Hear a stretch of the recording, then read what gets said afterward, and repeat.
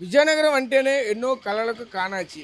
అలాంటిది ఈరోజు ఎంతో చరిత్ర కలిగినటువంటి నవయుగ వైతాళికుడు గురజాడ వెంకటప్పారావు స్వగృహం వద్దైతే ప్రస్తుతం అవుతున్నాం. ఈ గృహానికి సుమారుగా 200 ఏళ్ల పైన చరిత్ర కలిగి ఉన్నది. ప్రస్తుతం చూస్తూ ఉంటే ఈ మధ్య కాలంలో అంటే 2003లో ఆనాటి విజయనగరం కలెక్టర్గా ఉన్నటువంటి పూనం మాలకొండయ్య దీన్ని రీమోడల్ అయితే చేశారు. అంటే ఫ్రంట్ని ఇవన్నీ కూడా పెట్టించడం, ఇదంతా కూడా చూస్తే స్టార్టింగ్లో ఉన్నటువంటి ఇదంతా కూడా కొంత రీమోడల్ చేశారు. ఇక్కడ చూస్తే టైల్స్ వేయడం ఇదంతా చేశారు. కానీ సుమారుగా 200 ఏళ్ళ కిందటే ఈ యొక్క భవన నిర్మాణం అంతా కూడా పూర్తిస్థాయిలో ఆనాటి గజపతి రాజుల కాలంలోని ఇదంతా కూడా పూర్తయింది. తలుపులు ఇవన్నీ కూడా ఆనాటివే. చూస్తే నేనైతే లోపల చేరుకున్నాను. అయితే ఇక్కడ చూస్తుంటే ఇదంతా కూడా పూర్వకాలంలో పూర్వకాలంలో కట్టడాలు, పూర్వకాలంలో ఒక రాజుల కోటలు ఏ విధంగా ఉంటాయో అదే విధంగా ఇక్కడ నిర్మాణం అనేది కనిపిస్తూ ఉన్నది. వచ్చిన వెంటనే స్టార్టింగ్లో చూస్తుంటే ఒక 10 స్తంభాలు, 4 స్తంభాలు ఒకవైపు, 4 స్తంభాలు ఒకవైపు, మధ్యలో 2 స్తంభాలు. ఈ ఇంటికి మధ్యలో గురజాడ వెంకట అప్పారావు యొక్క విగ్రహాన్ని ప్రతిష్ఠించారు. చూస్తే జననం 21/2/1862, మరణం 30/11/1915. ఈ మధ్యకాలంలో చూస్తే ఎన్నో చరిత్రలు సృష్టించినటువంటి కథనాలు అయితేనేమి, రచనలు అయితేనేమి ఎంతోమంది మన్ననలు పొందినటువంటి గొప్ప మహానుభావుడిగా గురజాడ వెంకటప్పారావుని అయితే చెప్పుకోవచ్చు. చూస్తే ఈరోజు మీకు మొత్తం ఇదంతా కూడా చూపించే ప్రయత్నం అయితే చేస్తాను. ఇక్కడ నుంచి చూడొచ్చు గురజాడ వెంకటప్పారావు మొదటి నుంచి ఏం చేశారు, ఇక్కడ ఎలా ఉండేవాళ్ళు, దీనికి సంబంధించినటువంటి ఆ కవులు ఎలా ఉండేవాళ్ళు, ఆనాడు ఏ విధంగా ఇక్కడ విద్యాభ్యాసం పూర్తి చేశారు, ఇదన్నిటినీ కూడా పూర్తి స్థాయిలో వైపు ఒక చిత్ర ప్రదర్శన రూపంలో ఇదంతా కూడా వివరించే ప్రయత్నం అయితే చేశారు. ఆనాడు చూడొచ్చు ఇక్కడ ఎక్కడి నుంచి ఏం చేశారు, పెళ్ళి ఎలా జరిగింది, తర్వాత ఏం జరిగింది, తర్వాత ఎలా జరిగింది, ప్రతి ఒక్క అంశాన్ని కూడా కులంకుశంగా ఇది చూడొచ్చు. ఇదంతా కూడా ఈ రోజులు చూసుకుంటే అంతా ఏఐ వచ్చేసింది. కానీ పూర్వకాలంలో నుంచి ఇదంతా కూడా ఒక డ్రాయింగ్ ద్వారా ఇదంతా కూడా చేసి ఒక చేతితో వేసినటువంటి ఒక శిల్పాలన్నీ కూడా ఒక పటం రూపంలో తెచ్చి దీన్ని నిర్మాణం చేపట్టి ఇదంతా కూడా ఒక గదిలో పెట్టి ఒక ప్రదర్శనశాలగా ఉంచారు. అంటే ఇది ఒక రూము, అదే పక్క రూమ్ కూడా ఇంకో రూమ్ అయితే ఉంటుంది. ఒకసారి దానికి కూడా వెళ్ళి చూద్దాం.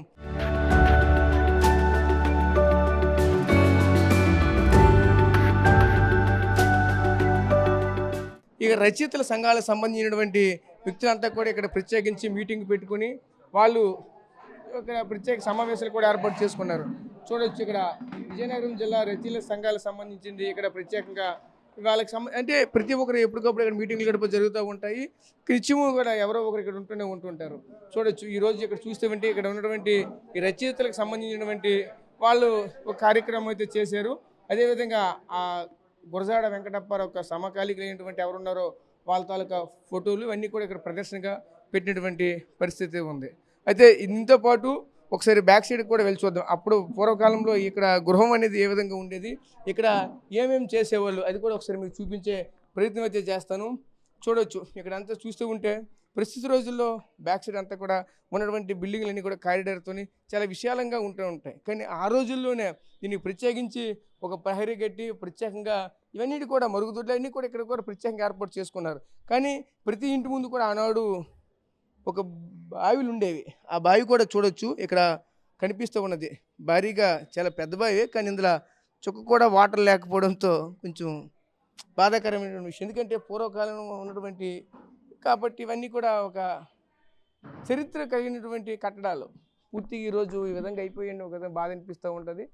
ఈ గృహానికి ఆనుకునే చూడొచ్చు పైన కనిపిస్తుంది పెద్ద వాల్ అయితే ఉంటుంది. ఆ వాలే మహారాజుల కోట యొక్క వాల్. ఆనాడు కట్టినటువంటి ఆనంద గజపతి రాజు ఆ టైంలో, అంటే అంతకుముందు గజపతి రాజుల నిర్మాణం చేపట్టినటువంటి పూసపాటి వంశీయులు చేపట్టినటువంటి అవతల వైపు చూస్తే అది కోట అయితే కనిపిస్తూ ఉంటుంది. ప్రస్తుతం అయితే ఇక్కడ చూపించి ఆ చివరికి వస్తే ఇదంతా కూడా చూస్తూ ఉంటే ఒక ప్రత్యేకంగా కనిపిస్తూ ఉంటుంది. కానీ ఈరోజు దీనికి అప్పటికిప్పటికి చూస్తే అప్పుడంత గుర్తింపు ఇప్పుడు పూర్తిగా లేకపోవడంతో పూర్తిగా వెలువెల్లాడుతున్న పరిస్థితి కనిపిస్తూ ఉన్నది. ఎందుకంటే ఇంత గొప్ప కట్టడము ఈ రోజుల్లో పూర్తిగా వెనకబడిపోతుంది. ఎందుకంటే ఆనాడు చూస్తే ఈ ప్రాంతం అంతా కూడా అటువైపు రోడ్డు అటువైపు చూపించుకుని వచ్చాను కదా, ఆ రోడ్డు చూస్తే ఎత్తులో అయిపోయింది, ఇది చూస్తే డౌన్ అయిపోయింది. ఇక్కడ వర్షం పడితే ఈ నీరంతా కూడా స్టాక్ ఉండిపోతుంది. దీన్ని రీమోడల్ చేయాలనుకుంటున్నారు. ప్రభుత్వం ప్రతిష్టాత్మకంగా తీసుకుందని చెప్తూ ఉన్నారు, కానీ చెప్పేది ఏమీ లేదు. ఏం చేస్తారు? ఏం చేయట్లేదు. వచ్చిన వాళ్ళు ప్రతి సంవత్సరము ప్రతి నాయకులు వస్తుంటారు, పోతుంటారు. మేము గురజాడ అప్పారావు కోసం అవి చేస్తాం, ఇది చేస్తాం, ప్రతిదీ చెప్తూ ఉన్నారు. కానీ ఇక్కడ క్షేత్రస్థాయిలో గ్రౌండ్ లెవెల్లో ఏది కూడా పూర్తి స్థాయిలో కనిపించడం లేదు అనడానికి ఇది ఒక నిదర్శనం కనిపిస్తుంది. ఎందుకంటే దీనికి ఓన్లీ మెరుగులు దిద్దు మాత్రమే కనిపిస్తూ ఉన్నది. దీన్ని రీవాల్యుయేషన్, దీనికి సంబంధించిన రీమోడల్గా దీన్ని చేయవలసింది ఏది కూడా చేయలేనటువంటి నేపథ్యం కనిపిస్తూ ఉన్నది. ఎందుకంటే చూడొచ్చు, ఇదంతా కూడా వచ్చినప్పటి నుంచి కూడా దీన్ని అంతా రీమోడల్ చేస్తాము, మేము అలా కట్టేస్తాం, ఇలా కట్టాం. గతంలో వైసీపీ ప్రభుత్వం అదే విధంగా చెప్పింది. ప్రస్తుతం ఉన్నటువంటి కూటమి ప్రభుత్వం కూడా అదే చెప్తూ ఉన్నది. ఈ మధ్య కాలంలో ఇన్ఛార్జి మంత్రిగా ఉన్నటువంటి వంగలపూడి అనిత గారు కూడా ఈ ప్రాంతాన్ని సందర్శించి ఖచ్చితంగా దీన్ని ఒక ప్రత్యేకమైనటువంటి ఒక ప్రాంతంగా, సందర్శన ప్రాంతంగా తీర్చిదిద్దామని చెప్తారు. కానీ ఆ విధంగా ఏం కనిపించడం లేదు. చెప్పి సుమారుగా 6 మాసాల పైచీలకి అయినా సరే కనీసం దీనికి సంబంధించినటువంటి ఎటువంటి పనులు కూడా చేయకపోవడంతో మరింత శోచనీయాంశంగా కనిపిస్తూ ఉన్నది. ఇదే అంశానికి మనతో పాటు మాట్లాడడానికి గురజాడ అప్పారావు మనవడు అయినటువంటి తన భార్య కూడా మనతో పాటు ఉన్నారు. వాళ్ళతో కూడా మాట్లాడే ప్రయత్నం అయితే చేద్దాం. అమ్మ, చెప్పండి, ఎలా చూడాలి ఏంటి? ఈరోజు గురజాడ అప్పారావు యొక్క ప్రతిష్ట అనేది దేశ విదేశాలకు కూడా వెళ్ళినటువంటి పరిస్థితులు ఏదో ఉన్నాయి. ఒకనొకప్పుడు చూస్తే ఈ మధ్యకాలంలో మోడీ కూడా దేశం అంటే మట్టి కాదు, దేశం అంటే మనుషులని కూడా ఆయన నోటితోనే కూడా సంబోధించారు, చెప్పారు. ప్రజలు కూడా చెప్తూ ఉన్నారు. ఆనాడు మహాకవి ఏనాడో చెప్పాడు ఇవన్నీ కూడా. కానీ ఇప్పటికి కూడా ఇవన్నీ కూడా సజీవంగా ఆయన మన మధ్య లేకపోయినప్పటికీ కూడా ఆయన చేసినటువంటి రచనలు, ఆయన చేసినటువంటి కన్యాశుల్కం అయితే ఒక దేశాన్ని కుదిపే స్థాయిలో ఉన్నది. ఇదంతా కూడా ఎలా చూడాలి ఏంటి? చూస్తే ఇంత అంధకారంలో కనిపిస్తూ ఉన్నది గృహం అనేది. అలా కుటుంబానికి కూడా తగిన ఆ ప్రాచుర్యం అయితే దక్కడం లేదు. అంతా ఎలా చూడాలి అంటే అంధకారం అనేది కొంతవరకు ఈ మధ్యకాలంలో దీన్ని రెనోవేట్ చేయడం జరిగిందండి. అంటే పురావస్తు శాఖ వారు 2015లో దీన్ని తీసుకున్నారు. తర్వాత కొద్దిపాటి మార్పులు చేసి దీన్ని ప్రస్తుతం అయితే సజీవంగా ఉంది. కానీ ఇంకా చేయవలసిన పని ఎంతో ఉందండి. గురజాడ అప్పారావు గారు కుటుంబ సభ్యులుగా మేము తీసుకుంటుంది ఇది ఒకటి మా సంపద కాదండి, ఇది జాతి సంపద. గురజాడ వారి రచనలైనా, గురజాడ వారి గృహమైనా, ఆయనకు సంబంధించింది ఏదైనా కూడా జాతి సంపద. ఆయన మహాకవి. మీరు చెప్పినట్టు మోడీ గారి వ్యాక్సినేషన్లో సందర్భించిన మన బడ్జెట్ సమావేశంలో నిర్మలా సీతారామన్ గారు వ్యాఖ్యానించినా కూడా ఈయన చెప్పిన వాక్యాలని ఉదాహరించకుండా ఏ ఉపన్యాసాలు, ఏ పత్రికలు కూడా అచ్చుపడవు. అలాంటి మహనీయుని వ్యక్తి గృహం కానీ, వారి రచనలు కానీ ప్రజల్లోకి వెళ్ళాలి అంటే దానికి తగిన ప్రాచుర్యం ఉండాలి. మనం ఎన్నో కార్యక్రమాలు చేస్తున్నాం. సాహిత్యపరంగా ఈయన రచనలన్నీ కూడా డిజిటలైజ్ చేయాలని చెప్పి అంటే చెప్తున్నారు, చేస్తామని, కానీ మరి అది ఎప్పుడనేది మనకు తెలియట్లేదు. ఈయన రచనలన్నీ కూడా అన్ని పాఠశాలల్లో కూడా ఉండడం కోసం, తర్వాత సమాజంలో అవసరమైనటువంటి విధంగా ఆయన్ని ముందుకు తీసుకెళ్ళాలి ఈ రచనలని.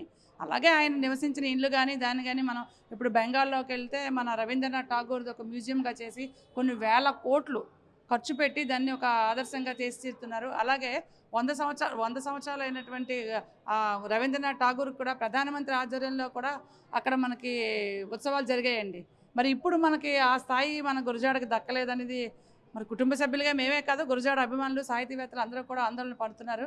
గురజాడకు తగిన ప్రాధాన్యత, గురజాడ రాసిన రచనలు ఈ రోజు కూడా మనకి కావాల్సి వస్తున్నారు సమాజానికి. కాబట్టి ఆయనకి ఇంకో 100 ఏళ్ళు అయినా సరే ఆయన ప్రాధాన్యత ఆయనకు ఉంటుంది. కానీ మనం పరిగణలోకి తీసుకోవాలి.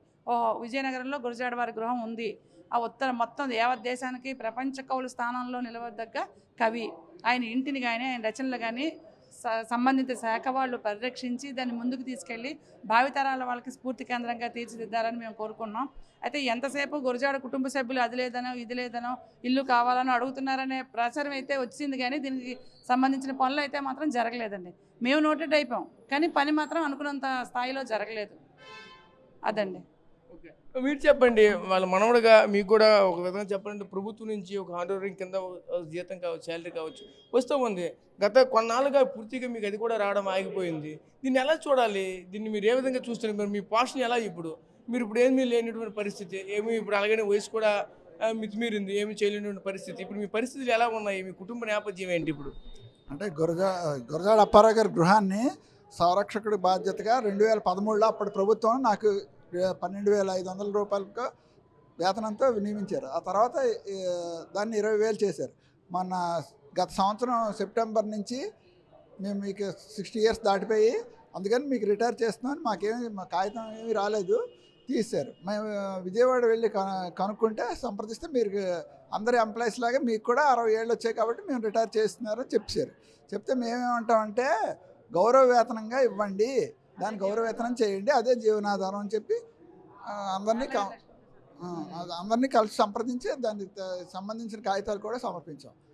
ఇప్పుడు వరకు దాని మీద ఏమీ చర్య లేదు. మరి భవిష్యత్తులో ఏం చేస్తారో తెలియదు. మరి ఇప్పుడు మీకు 60 సంవత్సరాలు అయిపోయిందని చెప్పేసి ప్రభుత్వం మిమ్మల్ని పక్కన పెడితే ఆయన యొక్క వాళ్ళ గృహాన్ని మీరు విడిచిపెట్టి బయటికి వెళ్ళలేరు, ఇక్కడే ఉండాలి, ఎంతోనే ఉంటారు. ఎందుకంటే ఆయన అడుగుజాడల్లోనే మీరు వెళ్తారు. ఆయన వారసత్వంగా మీకే కంటిన్యూ అవుతూ ఉన్నది. ఆ వారసత్వంగా మీరు ఉండే హక్కు కూడా మీకు ఇక్కడ ఉంది.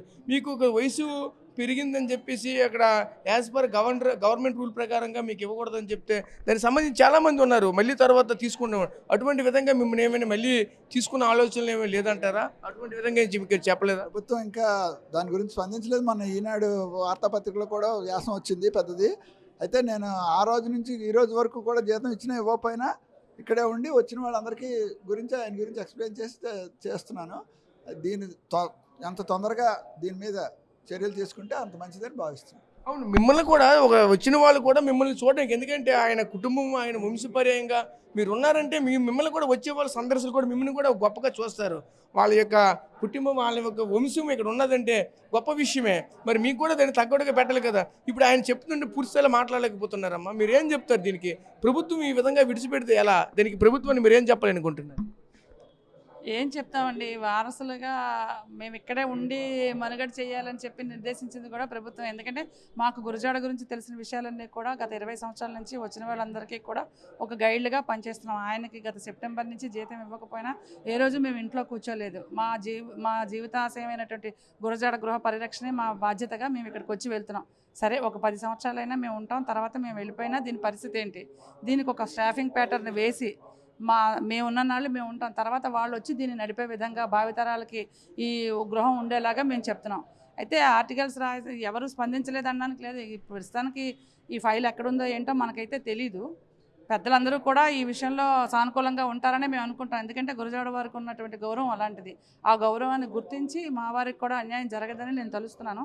అయితే 20,000 గవర్నమెంట్ ఇస్తోంది, అది మీ జీవిత అవసరాలకు చాలదమ్మా అని యార్లగడ్డ లక్ష్మీప్రసాద్ గారు గత 6 సంవత్సరాల నుంచి నెలకు 10,000 పంపిస్తున్నారు ఆయన ఈ రోజు వరకు కూడా. అది మాకు చాలా ఇబ్బందిగా ఉంది. ఎందుకంటే ఆయన పేరు చెప్పుకుని మేము ఇలాగ డబ్బులు తీసుకోవడం అన్నదని మాకు కొంచెం ఇబ్బందిగా ఉంది. కానీ ఏం చేయలేని పరిస్థితి. ఆ చేయలేని పరిస్థితి అందరికీ చెప్తున్నా ఎవరు ఏమీ వింటలేదు. అందుకని మేము అస్తమాను మీడియా ముందుకు కానీ పేపర్ల ముందుకు వచ్చి ఇది పరిస్థితి అని చెప్పడానికి కూడా మాకు ఇబ్బందిగానే ఉందని మేము కొంత సైలెంట్ అయిపోయామండి. చూసాం కదా. అయితే చూస్తూ ఉంటే సుమారుగా ఈరోజు ప్రభుత్వానికి ఒక 20,000 రూపాయలు ఆ కుటుంబానికి ఒక హానరోరియంగా ఇవ్వడం అనేది పెద్ద విషయం కాదు. కానీ ఏదో ఒక నెపంతో ఈ విధంగా జీతం కూడా ఆపేయడం అనేది కూడా చాలా బాధాకరమైన విషయం. అయితే ముఖ్యంగా చూసుకుంటే ఒక చారిత్రకాత్మక కట్టడం ఇది. ఒక చారిత్రక కట్టడాన్ని ఇప్పటికే దీనికి పురావస్తు శాఖ కూడా దీన్ని అప్పచెప్పారు. కానీ దీనికి సంబంధించిన పురావస్తు శాఖకు సంబంధించినటువంటి వ్యక్తులు కూడా ఇక్కడ ఎవరూ లేరు. అయితే ఆ గురజాడ అప్పారావు గురించి అన్ని విషయాలు తెలిసినటువంటి వ్యక్తులు కూడా పూర్తిస్థాయిలో ఎవరూ లేరు. ఎందుకంటే ఆ కుటుంబంలో చూస్తే ఓన్లీ ఆ మనవలో చూడొచ్చు. గురజాడ అప్పారావుకు సంబంధించినటువంటి ఈయన మనవడు అంటే ముని మనవడు గురజాడ అప్పారావు కొడుకు అనమాట ఆయన. ఈయన భార్య అక్కడ ఇందిరావతి గారు. అయితే అంత ఉన్నప్పటికీ కూడా పూర్తి స్థాయిలో చెప్తూ ఉన్నారు, యార్లగడ్డ లక్ష్మీప్రసాద్ గారు తన సొంత డబ్బుని నెలకి 10,000 రూపాయలు ఇస్తున్నారని చెప్తూ ఉన్నారు. కానీ ఒక ప్రైవేట్ వ్యక్తులు ఒక గురజాడ అప్పారావు మీద ఉన్నటువంటి ఒక అపారమైనటువంటి అభిమానంతో కుటుంబాన్ని ఈ విధంగా అయిపోతుందనే ఆలోచనతో ఇస్తున్నారు తప్ప కానీ ప్రభుత్వం ఎందుకు ఇంత స్వరం చూపడం లేదు?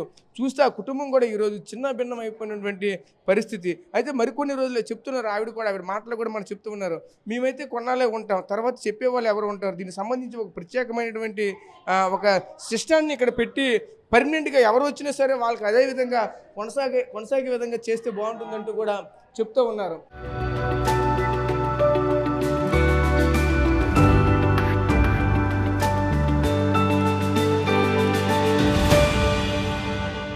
ఇంకో రూమ్లో నేను చూపించబోతున్నాను. ఇక్కడ చూస్తే ఎంట్రన్స్లో గురజాడ అప్పారావు గారి యొక్క ఫోటో అయితే చాలా పెద్దగా ఉంటుంది. ఆ పైన చూస్తే దేశం అంటే మట్టి కాదే, దేశం అంటే మనుషులు అనేది ఆ పదం చూస్తూ ఉంటే ప్రతి ఒక్కరికి కూడా ఒళ్ళు గుగులు పుట్టే విధంగా ఉంటుంది. ఎందుకంటే 100% కరెక్ట్ అది.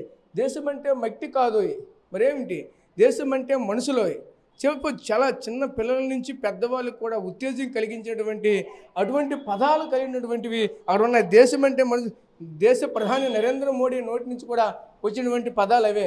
అదేవిధంగా ఇక్కడ చూడొచ్చు గురజాడ వెంకటప్పారావు గారి జీవితం యొక్క వివరాలు, జననం అనేది ఎప్పుడు జరిగింది, మరణం అనేది ఏం జరిగింది, ఈ మధ్యకాలంలో ఏం చేశారు అని ప్రతి ఒక్కటి కూడా కులంకుషంగా ఇక్కడ 1962 నుంచి ఇక 1862 నుంచి 1915 వరకు కూడా ఆయన యొక్క గమ్యం అనేది ఏ విధంగా చేరుకున్నారు. కన్యాశుల్కం ముఖ్యంగా ఆయన ప్రధానంగా చూసుకుంటే ఆయనకి ఇంత గొప్ప పేరు తీసుకొచ్చినటువంటి ఒక ముద్రణగా చెప్పొచ్చు కన్యాశుల్కం అనమాట. కన్యాశుల్కం చూసుకుంటే 1892లోనే ఆయన మొదటి కూర్పుని ప్రదర్శించారు. అదేవిధంగా చెప్తానంటే ఆయన సమకాలిక అయినటువంటి గిడుగు రామ్మూర్తి వ్యవహార భాష పితామహుడు అయినటువంటి ఆయన కనుక చూస్తే గిడుగు రామ్మూర్తితో కలిసినటువంటి ఆయనతో కొంతవరకు కూడా ప్రభావం చూపే విధంగా కూడా ముందుకు వెళ్ళినటువంటి పరిస్థితులు అయితే ఉన్నాయి. ఇదే విధంగా ఇక్కడ ప్రముఖ ఈ ప్రతిరోజు కూడా ఈ యొక్క ప్రాంతానికి వచ్చి ఒక రోజు కూడా ఇక్కడ చూస్తే అంటే ఈ గురజాడ అప్పారావు యొక్క ఆయన ఉన్నటువంటి ఇల్లుని ప్రతిరోజు కూడా వచ్చి చూసి అక్కడ ఒక 10 నిమిషాలు చూసి వెళ్ళకపోతే ఉండలేని వ్యక్తులు కూడా ఉన్నారు. ఒక ఇతను కూడా చెప్తానంటే ఒక రచయితే ఈయనతో కూడా ఒకసారి మాట్లాడే ప్రయత్నం అయితే చేద్దాం. సార్ చెప్పండి, ఎలా చూడాలి ఏంటి ఈరోజు గురజాడ అప్పారావు యొక్క గృహం ఈరోజు పూర్తిగా ఈ విధంగా జరిగిపోతూ ఉన్నది అంటే ఆ కుటుంబానికి కూడా తగు ప్రాధాన్యత ఇవ్వటం లేదు. ఇంతవరకు కూడా ఒక జీతభత్యంలా వచ్చేది అది కూడా ఇప్పుడు రావటం లేదు.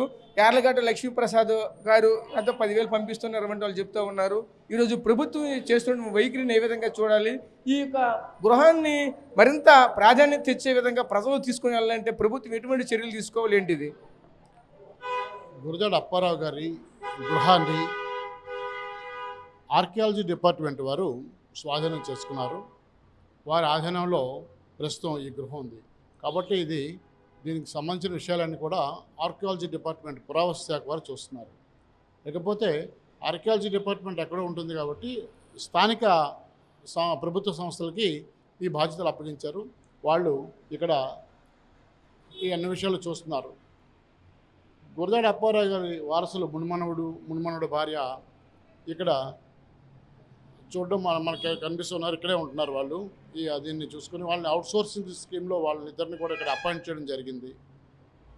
వాళ్ళు అయితే మునిమనోడికి 60 సంవత్సరాలు పూర్తయిపోయింది కాబట్టి రిటైర్మెంట్ అనుకుంటున్నారు. ఆ విషయంలో ఇది పూర్తిగా వాళ్ళకి శాలరీస్ ఇవ్వాలన్నది అవుట్సోర్సింగ్ అంతే ఆ విషయం ఇవ్వాలన్నది వీళ్ళ తాలూకా డిమాండు. అయితే వాళ్ళకి మరి ఎటువంటి ఆధారం లేదు కాబట్టి ప్రభుత్వం కూడా ఆ విషయంలో కాస్త స్పందించి వారికి తగుమాత్రం సహాయ సహకారాలు అందించడంలో ఎలాంటి అభ్యంతరం లేదు. వీళ్ళేమో డిపార్ట్మెంట్ ఆఫ్ కల్చరల్ డిపార్ట్మెంట్ ఆధీనంలో వాళ్ళకి అవుట్సోర్సింగ్ శాలరీస్ వస్తున్నాయి. అలాగే ఇందిరా గారికి టూరిజం శాఖ నుండి వారికి తగుమాత్రం అవుట్సోర్సింగ్ అందుతున్నాయి. అయితే ఈ గృహాన్ని ఇటీవలే మన డిప్యూటీ సీఎం గారు శ్రీ పవన్ కళ్యాణ్ గారు 1,20,00,000 రూపాయలు మంజూరు చేశారు. ఈ పక్కన ఉన్నటువంటి గురజాడ ఇంటిని అభివృద్ధి చేసే ఉద్దేశంతో చేశారు. అలాగే ఈ గృహాన్ని కూడా మనం పరిరక్షించుకోవాల్సిన అవసరం ఉంది. దాన్ని పరిరక్షించడానికి ప్రయత్నాలు తీవ్రంగా జరుగుతున్నప్పటికీ ఆశించినంతగా లేవని తెలుస్తుంది. ఆ విషయంలో మనం ప్రభుత్వం చొరవ తీసుకొని ఇక్కడ మరింత ఎక్కువ మ్యూజియంలో ఏర్పాటు చేసి ప్రతి ఒక్కరి టూరిజం శాఖ వాళ్ళు కూడా దీన్ని చాలా శ్రద్ధ చూపించాల్సిన బాధ్యత ఉంది. శ్రద్ధ చూపించినట్లయితే ఇక్కడ ఎటువంటి ప్రచారం కూడా లేదు. ఇది గురజాడ అప్పారావు ఇళ్ళని పైన పెద్ద బోర్డు పెట్టాలి, అలాగే లైటింగ్ ఒకటి లేదు, అలాగే గురజాడ అప్పారావు విగ్రహం ఒకటి మధ్యలో పెట్టారు. అంతేకాకుండా గురజాడ అప్పారావు గారి రచనలు కూడా ఇక్కడ ఎగ్జిబిట్ చేసినట్లయితే బాగుంటుంది. ఆ రచనలు అందులో ఉన్న వాటిని కూడా ఎగ్జిబిట్ చేయాలి. కన్యాశుల్కంలో ప్రధాన పాత్రలు ఉన్నాయి. గిరీశం, మధురవాణి, రామపంతులు వాళ్ళ తాలూకా పెయింటింగ్స్ని ఇక్కడ మనం పెట్టాల్సిన అవసరం ఉంది. అలాగే కన్యక, పూర్ణమ ఈ రూపకాలను కూడా ఇక్కడ ప్రదర్శించినట్లయితే రావడానికి మ్యూజియం చూడడానికి ప్రతి ఒక్కరికి కూడా తెలుస్తుంది. అలాంటి ప్రయత్నం అటు ప్రభుత్వ పరంగా కల్చరల్ డిపార్ట్మెంట్ చేయవలసిన బాధ్యత ఉంది. చేస్తే బాగుంటుంది. లేదంటే ఈ గురజాడ అప్పారావు గారి ఇల్లు ఇక్కడ 4 గోడలు చూడడానికి రావాలి. ఎవరైనా వచ్చి బయటికి వెళ్ళిన తర్వాత ఏముంది ఇక్కడ 4 గోడలు చూసిపోతున్నారు. అలా కాకుండా మనకి ఇక్కడ పూర్తిగా గురజాడ అప్పారావు గారి తాలూకా చరిత్ర తెలుసుకునే విధంగా అప్పట్లో చేసిన 4 హోర్డింగ్స్ ఉన్నాయి తప్పితే పూర్తిగా ఆయన చరిత్రను కూడా అక్కడ డిస్ప్లే చేయాలి. అలాగే వారి తాలూకా ఫోటోలు వాళ్ళ వంశవృక్షం కూడా ఇక్కడ ఏర్పాటు చేయాల్సిన బాధ్యత ఉంది. అది పెట్టాలి, వంశవృక్షం ఒకటి పెట్టాలి. లేదు, ఇవన్నీ చేసినట్లయితే టూరిజం శాఖ వాళ్ళకి తెలుస్తుంది. వాళ్ళు కానీ చేసినట్లయితే అందరూ వస్తారు, వచ్చి చూడడానికి వీలవుతుంది. కాబట్టి ఆ ప్రయత్నం చేయాలని మేము రచయితలుగా మేమందరం కూడా కోరుకుంటున్నాం. ఇదే సందర్భంలో ఈ గృహంలో మేము వచ్చి ప్రతిరోజు వచ్చి చూసి వెళ్తుంటాం.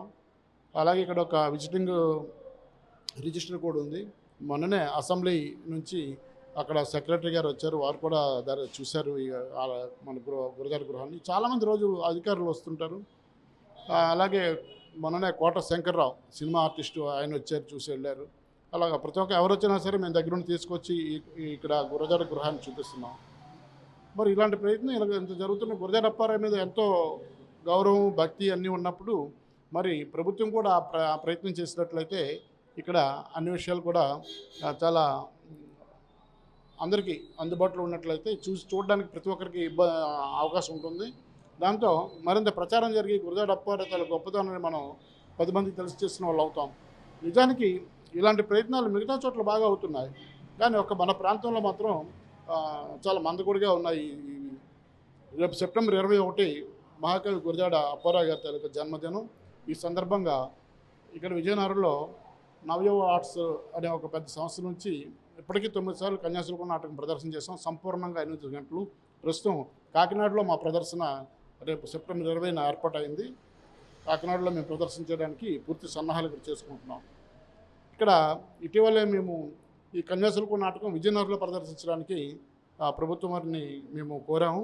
వాళ్ళు ఇంకా స్పందించలేదు. స్పందించినట్లయితే విజయనగరంలో కూడా ఈ ప్రదర్శన మళ్ళీ వేయటానికి వీలవుతుంది. ఇదివరలో 2 సార్లు ఇక్కడ కన్యాశుల్కం సంపూర్ణ ప్రదర్శన మేము చేసాం నవయువ ఆర్ట్స్ నుంచి. అప్పుడు మంచి స్పందన, ఎప్పుడూ స్పందన వస్తూనే ఉంటుంది. అయితే ఇక్కడ కన్యాశుల్కం నాటకం ప్రదర్శన కాదు, ఏ ప్రదర్శన చేయాలన్నా సరైన థియేటర్ లేదు.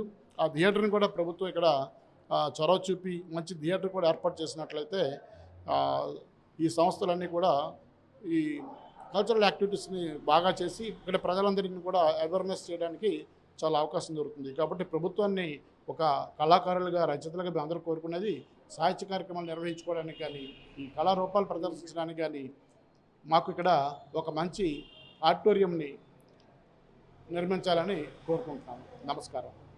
సో చూసాం కదా, ఒకటే చెప్తూ ఉన్నారు. అదే గురజాడ అప్పారావు రచనలు అనేవి గొప్పవి, ఆయన చేసినటువంటి కార్యక్రమాలు కూడా చాలా గొప్పవి. ఈరోజు ఇన్ని జరిగినప్పటికీ కూడా ప్రభుత్వం అయితే ఈరోజు గురజాడ అప్పారావు స్వగృహాన్ని అయితే ఇంత చిన్న చూపు చూడడం కరెక్ట్ కాదంటూ కూడా చెప్తూ ఉన్నారు. అయితే దీనికి సంబంధించి ఇంకా మాట్లాడడానికి ఉన్నారు ప్రస్తుతం ఇక్కడ. ఎందుకంటే వీళ్ళందరూ కూడా రచయితలే. ప్రతి ఆదివారం వచ్చిందంటే చాలు ఇక్కడ రచయితలంతా కూడా ఇక్కడే ఉంటూ ఉంటారు. ఒకసారి రచయితలతో కూడా మాట్లాడే ప్రయత్నం చేద్దాం. ఒకసారి మనతో పాటు ఇక్కడ గొప్ప రచయిత, ఎందుకంటే సుమారు చూసుకున్న సంవత్సరానికి 2-3 పుస్తకాలు కూడా రాస్తూ ఉంటారు మనతో ఉన్నటువంటి వ్యక్తి. ఇంత కూడా మాట్లాడే ప్రయత్నం చీకటి దివాకర్ గారు. సార్ చెప్పండి, దీన్ని ఎలా చూడాలి? సో ఈ గృహాన్ని చూస్తూ ఉంటే మన రాష్ట్ర వ్యాప్తంగా, దేశవ్యాప్తంగా గురజాడ అప్పారావు అంటేనే ఒక గొప్ప పేరు ఉంటుంది. కానీ ఆయన సుగృహం చూస్తూ ఉంటే ఇక్కడికి వస్తే ఓన్లీ 4 గోడలు, 2 స్తంభాలు, ఓన్లీ ఆయన విగ్రహం మాత్రమే కనిపిస్తూ ఉంటుంది. అంతా దీనిగా కనిపించడం లేదు. అదేవిధంగా ఆయన యొక్క వంశపర్యంగా వచ్చినటువంటి కుటుంబ సభ్యుల పరిస్థితి కూడా చాలా దయాహీనంగా కనిపిస్తుంది. ఇదంతా కూడా ఎలా చూడాలండి? ప్రభుత్వానికి ఏం చెప్తారు? పిల్లికి చెలగాటం, ఎలుకకి ప్రాణ సంకటం లాగా మహాకవి గురజాడ ఇంటి పరిస్థితి కానీ, కుటుంబ సభ్యుల పరిస్థితి కానీ ఇబ్బందికరంగానే ఉంది. అయితే ఇక్కడ ఒక విషయం కూడా చెప్పుకోవాలి. మేమందరము కలిసి చాలా విన్నపాలు చేసిన తర్వాత ప్రభుత్వం స్పందించి ఈ ఇంటిని బాగు చేయడానికి కొంత ప్రయత్నం అయితే జరిగింది. దానికి ప్రభుత్వానికి మేము అందరం ధన్యవాదాలు తెలియజేస్తున్నాము. అయితే ఆ ప్రయత్నం చాలా చిన్న ప్రయత్నము, పూర్తి కాలేదు, మేము అనుకున్నట్టుగా కాలేదు. ప్రభుత్వం మంజూరు చేసిన డబ్బు కూడా ఖర్చు పెట్టలేదు. మేమందరం ఏవైతే రిక్వైర్మెంట్ చెప్తున్నామో ఆ రిక్వైర్మెంట్తో చేస్తే ఉపయోగకరంగా ఉంటుంది. అది మొదటి విషయం. రెండవది, కుటుంబ సభ్యుల విషయం ఏంటంటే గోడ దెబ్బ, చెంప దెబ్బలాగా 2 దెబ్బలు వాళ్ళకి తగిలాయి. వాళ్ళు ఈ ఇంటిని ప్రభుత్వానికి ఇవ్వడమే కాక వాళ్ళు నివసిస్తున్న ప్రక్క స్థలాన్ని కూడా ప్రభుత్వానికి ఇవ్వవలసి వచ్చింది. ఎందుకంటే దీన్ని పురావస్తు శాఖ తీసుకున్న తర్వాత అది అనివార్యంగా జరిగింది. అనివార్యంగా జరిగినప్పుడు దానికి తగిన కాంపన్సేషన్ వాళ్ళకి దక్కలేదు. దక్కకపోగా గౌరవ వేతనాలు అని ప్రకటించిన ప్రభుత్వం ఇది ఏమాత్రం ప్రభుత్వ తలుచుకుంటే చాలా చాలా చిన్న విషయం ప్రభుత్వానికి. వాళ్ళకి గౌరవంగా బ్రతకడానికి, మరింత సర్వీస్ చేయడానికి వాళ్ళకి ఉపయుక్తము. కాబట్టి ఈ చిన్న విషయాన్ని కూడా ప్రభుత్వం దృష్టిలో మేమందరం మళ్ళీ పెడుతున్నాం. వాళ్ళకి గౌరవ వేతనాలని పొడిగించాలి. అలాగే వాళ్ళతో పాటు ఒక స్వీపర్ని ఇక్కడ నియమించి ఆ స్వీపర్కి కూడా రెగ్యులర్గా కొంత బత్యం అందేటట్టు చూస్తే ఇది ఈ రోజుగా రోజువారీ మెయింటెనెన్స్కి ఈజీ అవుతుంది. అలాగే వాళ్ళిద్దరూ ఇక్కడ ఉండడం మూలన వచ్చిన టూరిస్టులకి చాలామంది నిజానికి రోజుకు 25-30 మంది వరకు ఈ పై ప్రాంతాల నుండి వచ్చి విజిట్ చేస్తున్నారు. వాళ్ళందరికీ ఓపికగా గురజాడ గొప్పతనాన్ని, గురజాడ అలవాట్లని, గురజాడ సంస్కృతిని, ఆయన చదువుని ఇవన్నీ చెప్పడానికి వాళ్ళకి మరింత అవకాశం ఉంటుంది. కాబట్టి ఆ పని ఒకటి చేయమంటున్నాం.